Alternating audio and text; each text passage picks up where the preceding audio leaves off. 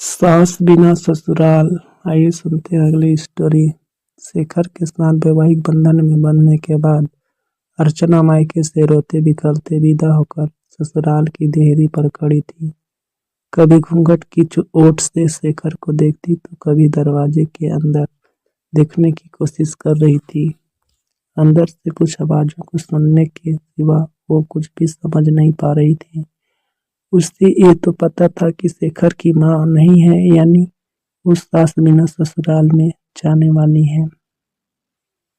काफी देर के बाद भी कोई गृह प्रवेश के लिए नहीं आया तो उसने शेखर की तरफ आशा भरी नजरों से देखा, क्योंकि वो खुद भी काफी थकान महसूस कर रही थी। शेखर ने शायद अर्चना की नजरों की भाषा पढ़ ली थी। वो अपनी छोटी बहन को बुलाकर लाया और उसके कान में कुछ कहा। थोड़ी देर में बहन कुछ औरतों को साथ लेकर आई और अर्चना का गृह प्रवेश करवाया। आगे भी कुछ रस्में हुई। इन सब के बीच अर्चना तो ये समझ ही गई कि सास बिना ससुराल का मतलब है बवाल। धीरे धीरे सारे रिश्तेदार चले गए। कोई अपनापन दिखाता तो कोई बेगानापन। सब अपने अपने तरीके से अपना और दूसरों का परिचय दे रहे थे।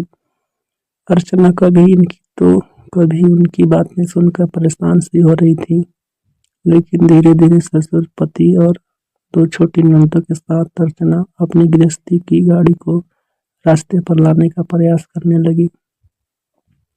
पति का प्यार, ससुर का दुलार और छोटी ननद का स्नेह अर्चना को कब अल्हड़ लड़की से जिम्मेदार गृहिणी बना दिया, वो खुद भी नहीं समझ पा रही थी।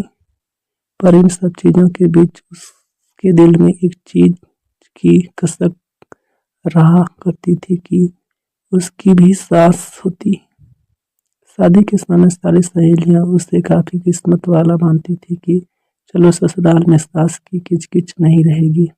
पर सच्चाई तो यह है कि जिस घर में सास ना हो उस घर में आने वाले सारे लोग सास ही बनने की कोशिश करते हैं।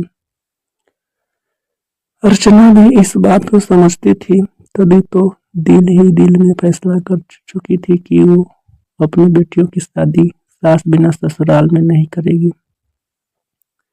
असल कुछ रिश्ते नमक जैसे होते हैं। सास का भी रिश्ता कुछ इसी तरह का है। ससुराल का हर सुख बिन सास के फीका ही स्वाद देता है।